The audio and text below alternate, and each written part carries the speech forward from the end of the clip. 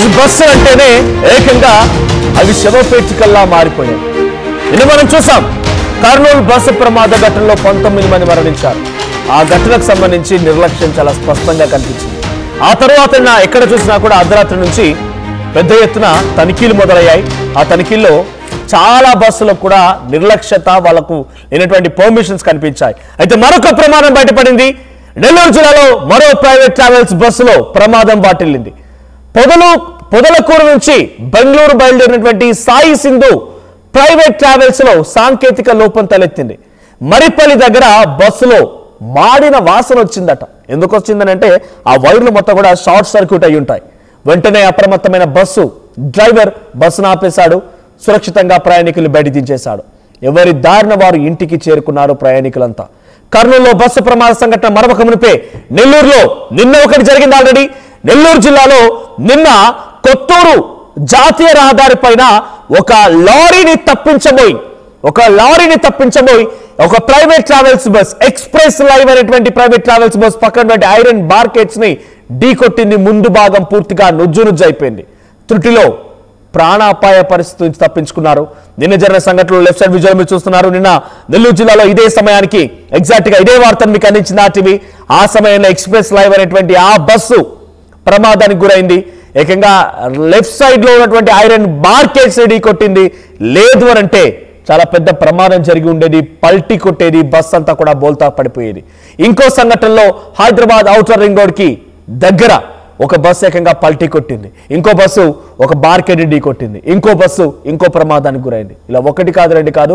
Private travels యొక్క యాజమాన్యాలు ఇకనైనా సిగ్గు తెచ్చుకొని, ఈ ప్రైవేట్ ట్రావెల్స్ యాజమాన్యాలు సిగ్గు తెచ్చుకొని ఈ పద్ధతిని మార్చుకొని రీడిజైనింగ్ పేరిట ఇష్టం వచ్చినట్టుగా బస్సుల యొక్క తీరుతెన్నులను మొత్తాన్ని మార్చేసి డబ్బే పరమావధిగా మార్చేసుకొని ఇష్టం వచ్చినట్టుగా తరలించేటువంటి ప్రక్రియని మార్చుకోకపోతే ప్రజలు ఇంకా ప్రమాద బారిన పడే అవకాశం కనబడుతుంది. సో 3 ఘటనలు వరుసగా మొన్న నిన్న ఈ రోజు 3 సంఘటనలకు సంబంధించి మీకు చూపించే ప్రయత్నం చేస్తున్నాను. సో మొన్న జరిగింది కర్నూలు అగ్ని ప్రమాదం. నడి రోడ్డు పైన ఒక బైకు ఒక వ్యక్తి కనిపించకుండా దానిపైకి ఎక్కించాడు ఓ డ్రైవర్. దీంతో 19 మంది మరణానికి కారణమైంది. సజీవ దహనం. ఇప్పటి వరకు ఆ కుటుంబాలకి చివరి చూపు కాదు కదా, కనీసం వారి యొక్క మృతదేహాలను కూడా ఇచ్చిన దాఖలాలు, కనీసం వారి ఎముకలను కూడా ఇచ్చిన దాఖలాలు, ఇంకా DNA పరీక్షలు జరుగుతూ ఉన్నాయి. 3 రోజులు గడిచిన నిన్న నెల్లూరు జిల్లాలో కొత్తూరు జాతీయ రహదారి పైన మరో బస్సు ఇటువంటి ప్రమాదానికే గురైంది. ఎటువంటి ప్రమాదంలో ఎటువంటి గాయాలు కానీ ఎటువంటి మరణాలు కానీ సంభవించకపోయినప్పటికీ అది లెఫ్ట్ సైడ్ ఉన్నటువంటి బార్కెట్ ను కనుక ఢీ కొట్టి ఆగకపోతే ఆ ప్రమాదంలో బస్ ఏకంగా పల్టీ కొట్టేది. ఇంకా ఈ ప్రమాద తీవ్రత మరింతగా ఉండేది. ఈ రోజు మరో సంఘటన నెల్లూరు జిల్లాలోనే రన్నింగ్ బస్సులో సాయి సింధు ప్రైవేట్ ట్రావెల్స్ బస్సులో రన్నింగ్ బస్సులోనే మాడిన వాసన వచ్చిందట. మాడు వాసన వచ్చింది. అది ఎలక్ట్రిక్ షార్ట్ సర్క్యూట్ కారణంగా మాడిన వాసన వచ్చింది. వెంటనే బస్సును ఆపేసి ప్రయాణికులందరినీ కూడా సురక్షితంగా బయటికి దించేశారు. దీంతో వారంతా కూడా సేఫ్గా ఎవరి దారిన వారంతా కూడా ఇంటికి వెళ్ళిపోయారు. చూడండి, ప్రైవేట్ ట్రావెల్స్ యాజమాన్యాలు డబ్బుల కోసం కక్కుర్తిపడి రీడిజైనింగ్ పేరిట ఇదొకటే కాదు, నేను ట్రావెల్స్ యాజమాన్యాన్నే కాదు ఆర్టీఓ అధికారులను కూడా ప్రశ్నిస్తున్నాను. మొన్న తనిఖీలు చేశారు, ఈ రోజు చేయబోయారు.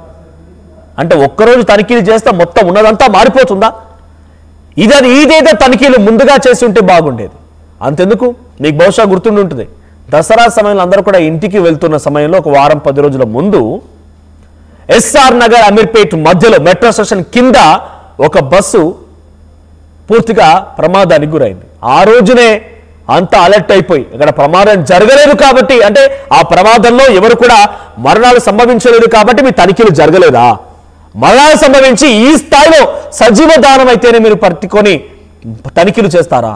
నిన్న స్వయంగా ఆర్టీవీ మా ప్రతినిధులు ఎక్కడికక్కడ తనిఖీలు జరిగేటువంటి ప్రాంతానికి వెళ్తే మా కళ్ళెదుటే ఆర్టీఓ అధికారులు వారు చేసినటువంటి తప్పిదాలని ఆర్టీఓ చూపించే ప్రయత్నం చేసింది. అక్కడ రీడిజైనింగ్ పేరిట ఇష్టం వచ్చినట్టుగా రూపురేఖల్ని మార్చేసి వాటికి ఒక స్పీడ్ లాక్ ఉండదు, ఇష్టం వచ్చినట్టుగా మార్చేసి ఎమర్జెన్సీ ఎగ్జిట్ కంప్లీట్గా క్లోజ్ చేసేస్తారు. అవన్నీ లేకపోవడం స్వయంగా మా ఆర్టీవీ ప్రతినిధి ఇవన్నీ కూడా ఉన్నాయి కదా అని చెప్పి ఆ ప్రభుత్వ అధికారాన్ని అక్కడ నిలదీస్తే అప్పుడు ఆ బస్సులను సీజ్ చేశారు. స్వయంగా ఆర్టీవీ ఈ విజువల్స్ మీకు చూపించే ప్రయత్నం చేసింది. అటువంటి సంఘటనలు కోకొల్లుగా ఉన్నాయి. తనిఖీలు చేసే చోట కనీసం తనిఖీల్లోనైనా సరిగ్గా తనిఖీలు చేస్తే బాగుంటుంది. మొన్న మధ్య బహుశా మీరు చూసే ఉంటారు, తెలంగాణ రాష్ట్ర ప్రభుత్వం చెక్ పోస్టులు ఎత్తేసింది. ఎందుకు? ఎక్కడికక్కడ చెక్ పోస్టులను ఏర్పాటు చేసి చెక్ పోస్టుల ద్వారా కొంత అధికారులు డబ్బులు వసూలు చేస్తున్నారని చెప్పి, ఆర్టీఓ అధికారులు మీకు కూడా అటువంటి పరిస్థితి రావద్దు అని అంటే, మీపై అటువంటి ఆరోపణ రావద్దు అంటే మీరు తనిఖీల్లో అయినా ఇక్కడ కనీసం కరెక్ట్ గా తనిఖీలు చేయండి. ఇక్కడ విజువల్ మీరు చూడండి, మొన్న నిన్న ఇవాళ అది కంప్లీట్ గా మీకు రివర్స్ ఫార్మాట్ లో ఉంది. సో మీకు మళ్ళీ రికార్డ్ చేసే ప్రయత్నం చేస్తాను. సో మొన్న జరిగే సంఘటన కర్నూలు ప్రమాదం. సో నిన్న జరిగే సంఘటన నెల్లూరులోని ఒక బస్సు రైట్ సైడ్ ఐరన్ బార్కెట్స్ ఢీకొనడం, ఈ రోజు ఒక బస్సులో మాడు వాసన రావడం. సో ఇటువంటి సంఘటనలు కోకొల్లుగా జరుగుతున్నాయి. తనిఖీలు చేసే అధికారులైనా కరెక్ట్ గా సరిగ్గా తనిఖీలు చేయకపోతే ఇటువంటి ప్రమాదాలు జరుగుతాయి. మీరు ఎక్కే సమయంలో ప్రతిసారి కూడా గమనించండి. మీరు ఎక్కిన తర్వాత మీరు కూర్చున్న దగ్గర సీట్లో లేదా మీ పక్కనే మీరు పడుకున్న స్లీపర్ క్లాస్ లో అయినా సరే మీ పక్కనే ఒక హ్యామర్ ఉందా లేదా గమనించండి.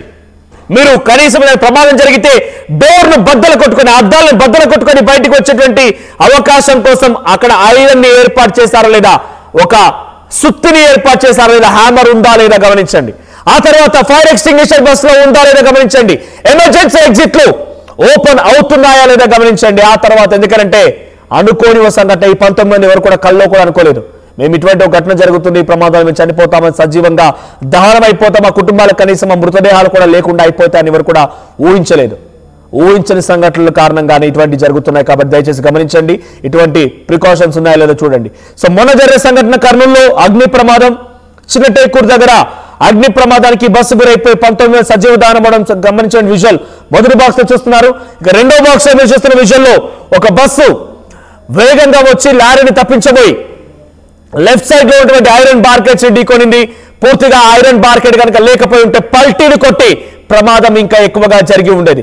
ఇక ఈ రోజు తెల్లవారుజామున మీరు చూస్తున్న విజువల్ లో సాయి సింధు ప్రైవేట్ ట్రావెల్స్ సంబంధించిన బస్సు వెళ్తూ ఉండగా నెల్లూరులో ఒక చోట మాడు వాసన వచ్చిందట బస్సులో నుంచి. ఎలక్ట్రిక్ షార్ట్ సర్క్యూట్ అవడం కారణంగా ఎలక్ట్రిక్ వైర్లు మొత్తం కూడా కాలిపోయి మాడు వాసన వచ్చింది. వెంటనే బస్ ఆపే డ్రైవర్, అంతనే అప్రమత్తమైన బస్ డ్రైవర్ బస్ ఆపడం మూలంగా అందరూ కూడా దిగిపోయారు. వెంటనే అక్కడి నుంచి వివిధ ప్రాంతాలకు వాళ్ళు వెళ్లాల్సిన గమ్యస్థానానికి వారంతటి వారే స్వయంగా నేరుగా సురక్షితంగా చేరుకున్నారు. పొదలకూరు దగ్గర ఈ ఘటన చోటు చేసుకుంది. ఎస్, మా ప్రతినిధి గయాస్ సిద్ధంగా ఉన్నారు. గయాస్, రెండు సంఘటనలు, రెండు కూడా నెల్లూరులో జరిగాయి. మొదటి సంఘటన, రెండు జరిగిన సంఘటనలో ఏకంగా ఐరన్ బార్కెట్స్ ఢీ కొట్టి బస్ అక్కడ ఆగిపోయింది, లేదంటే పల్టీలు కొట్టి ప్రమాద తీవ్రత ఎక్కువైపోయింది. ఇప్పుడు ఈ రోజు జరిగే సంఘటనలో మాడు వాసన వచ్చింది. సో డ్రైవర్ అప్రమత్తమైపోయి బస్సును ఆపేశాడు, లేదంటే ఈ ప్రమాదం కూడా చాలా పెద్దగా జరిగి ఉండేది, ఇంకా దీని ప్రమాద తీవ్రత ఎక్కువగా ఉండేది. అప్డేట్స్ ఏంటి? ప్రైవేట్ ట్రావెల్స్ యాజమాన్యాలు ఏం చెప్తున్నాయి? ప్రస్తుతానికి ఆర్టీఓ అధికారుల తనిఖీలు ఎక్కడి వరకు వచ్చాయి? ఇటువంటి సంఘటనల నేపథ్యంలో అలర్ట్ గా ఉన్నారా లేదా?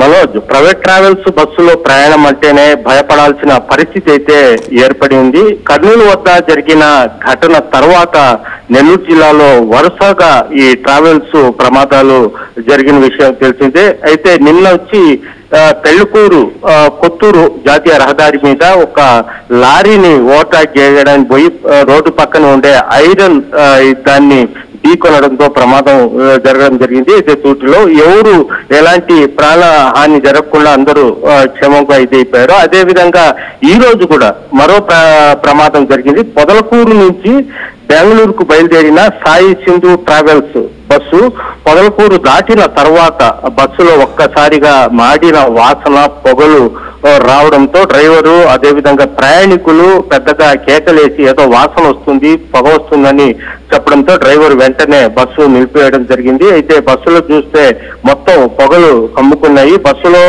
ఎలక్ట్రికల్ షార్ట్ సర్క్యూట్ వల్లే ఇది జరిగిందని కూడా గుర్తించడం జరిగింది.